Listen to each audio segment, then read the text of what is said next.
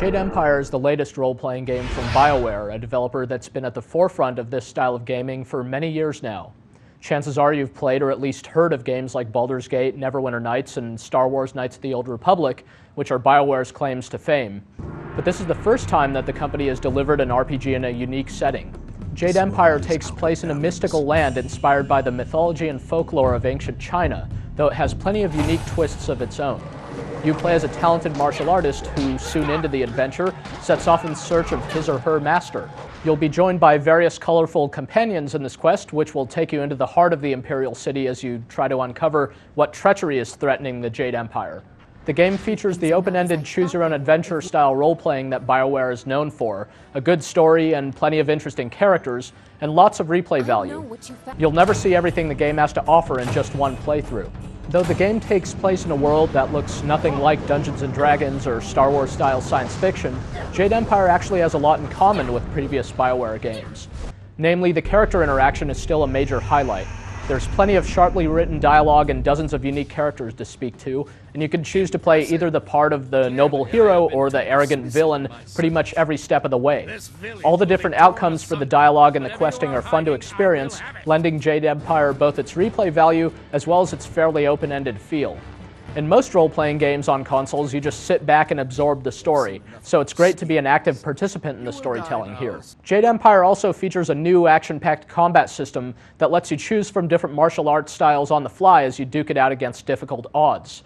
You're stuck mostly using various striking moves, so don't expect any throws, counters, or high-flying wire fu or anything like that. This is straightforward stuff. The combat at least looks pretty good and seems to offer quite a bit of depth on paper, but in practice it's actually pretty shallow.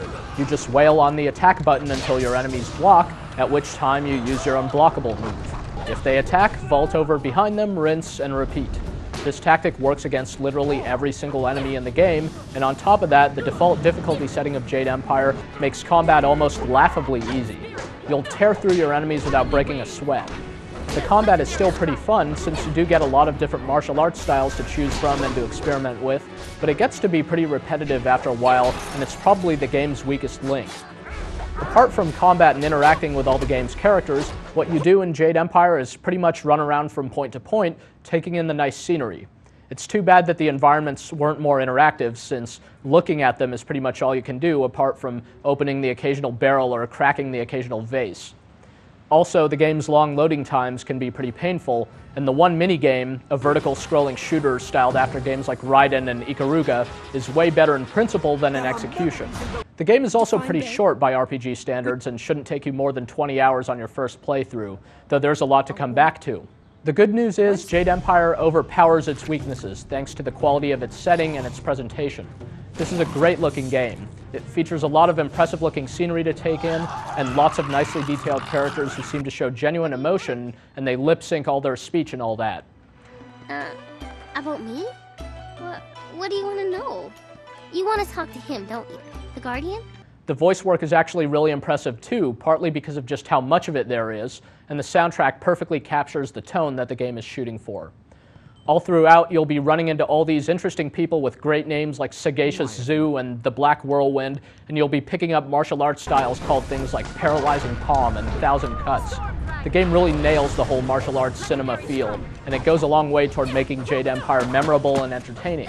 Also, even though the story seems pretty standard and predictable at first, rest assured it veers off into some interesting directions and tidies up all its loose ends nicely. The game's also got plenty of interesting side quests, some of which form up rather large chunks of optional gameplay. It's nice being able to take these in any order and at your leisure, though they highlight Jade Empire's simplistic character development system. Jade Empire actually allows you to roleplay, which is nice in the context of a role-playing game. However, it doesn't do that great of a job with the character building elements that are also central to this genre. If you had fun building up superpowered characters in games like Knights of the Old Republic, don't expect the same level of attachment or customization here. As you level up, you only get to tweak your character's stats, and you don't have an inventory apart from the ability to equip little stat-boosting gems onto your amulet. It definitely feels a little stripped down, as if the game were designed to appeal to people who normally think role-playing games are too complicated or too difficult to get into. But it's hard to imagine people like that getting past Jade Empire's lengthy dialogue sequences or having too much fun with the action anyway. Meanwhile, fans of BioWare's past games or other open-ended RPGs will probably think this game was streamlined a little more than necessary. It's hard to resist comparing Jade Empire with BioWare's past games, especially since it's so similar. But just because it's not the next Knights of the Old Republic or Baldur's Gate 2 doesn't mean it's not great. The original setting of the game goes a long way toward making Jade Empire a satisfying and memorable experience, so if you like the idea of it and approach with reasonable expectations, you'll have an excellent time. Of course, there's a lot more to say about Jade Empire, so if you have further questions, please check out the full written review on Gamespot.